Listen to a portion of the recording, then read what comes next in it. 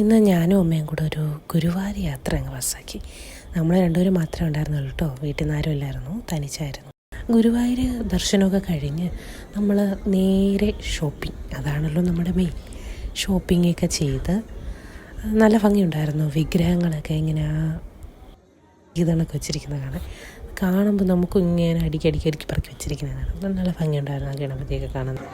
പിന്നെ നമ്മൾ നേരെ ഫാൻസിയിലൊക്കെ പോയി കുപ്പിവിളക്ക് അങ്ങനെയുള്ളതെല്ലാം പർച്ചേസ് ചെയ്ത് കഴിഞ്ഞതിന് ശേഷം പിന്നെ നമ്മൾ കുറച്ച് പരിപാടി കാണാനായിട്ട് മോഹിനിയാട്ടം നടക്കുകയായിരുന്നു കേട്ടോ അവിടെ സ്റ്റേജിൽ. അങ്ങനെ സ്റ്റേജിൽ പോയി പ്രോഗ്രാംസൊക്കെ കണ്ടു. നല്ല ഭംഗിയുണ്ടായിരുന്നു.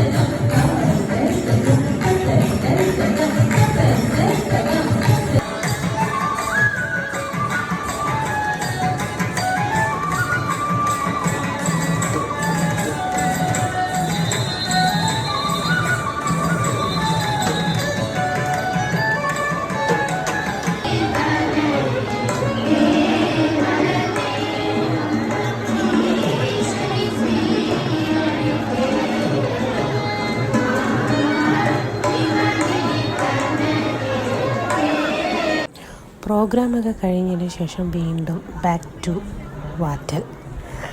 അങ്ങനെ വീണ്ടും ചുറ്റിക്കറങ്ങാൻ തുടങ്ങി. രാത്രിയായിരുന്നു കേട്ടോ. മൊത്തം കറങ്ങി കഴിഞ്ഞു.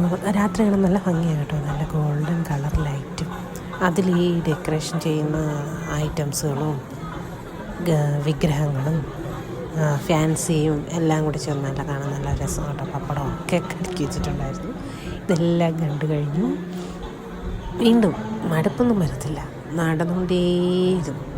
അത് കഴിഞ്ഞ് പിന്നെ നമ്മൾ പൂക്കളൊക്കെ ഇങ്ങനെ നല്ല ഭംഗിയുണ്ട്. അപ്പോൾ പൂക്കളെല്ലാം കൂടെ ഇങ്ങനെ ചുറ്റി വെച്ചിരിക്കുന്നതാണ്. നമ്മൾ ചായ കുടിക്കാൻ പോയായിരുന്നു. നല്ല പഴംപൊരിയും, ചൂടൊന്നും ഇല്ല എന്നാലും പഴംപൊരിയും നല്ല ചൂട് ചായയും.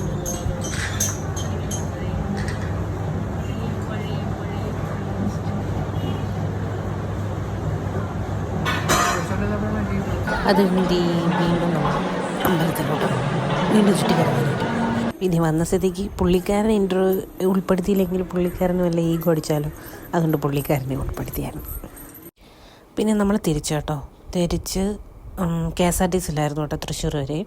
തൃശ്ശൂരിൽ നിന്നായിരുന്നു നമുക്ക് ട്രെയിൻ ഉണ്ടായിരുന്നത്. അങ്ങനെ തൃശ്ശൂർ വരേക്കും നമ്മൾ KSRTCയിൽ ഇങ്ങനെ പറന്നു പോയായിരുന്നു. എന്നാ പോക്കാ പോയെന്ന് എനിക്കറിഞ്ഞൂടെ, അമ്മാതിരി ഒരു പോക്കായിരുന്നു പോയത്. പിന്നെ നേരെ നമ്മൾ ഹോട്ടലിലേക്ക് വ്രതമൊക്കെ മുറിക്കണമല്ലോ. അപ്പം ഓഫ് കോഴ്സ് ചിക്കൻ ബിരിയാണിയിലായിരിക്കുമല്ലോ.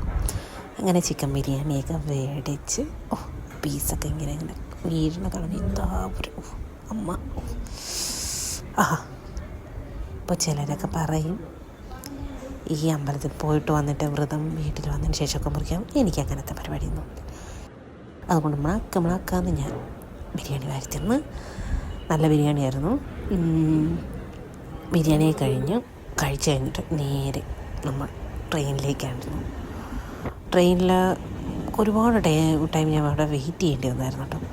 അതുകൊണ്ട് ഉള്ള ബോറടിപ്പുണ്ടായിരുന്നു. എന്നിരുന്നാലും പിന്നെ ഇരുന്നല്ലേ പറ്റുള്ളൂ. അങ്ങനെ ആ ട്രെയിനിൽ കയറി കുറേ നേരം ആ കാഴ്ചയൊക്കെ കണ്ടു നമ്മൾ തിരിച്ച് വീട്ടിലോട്ട് വന്നു കേട്ടോ. നല്ല രസമുണ്ടായിരുന്നു.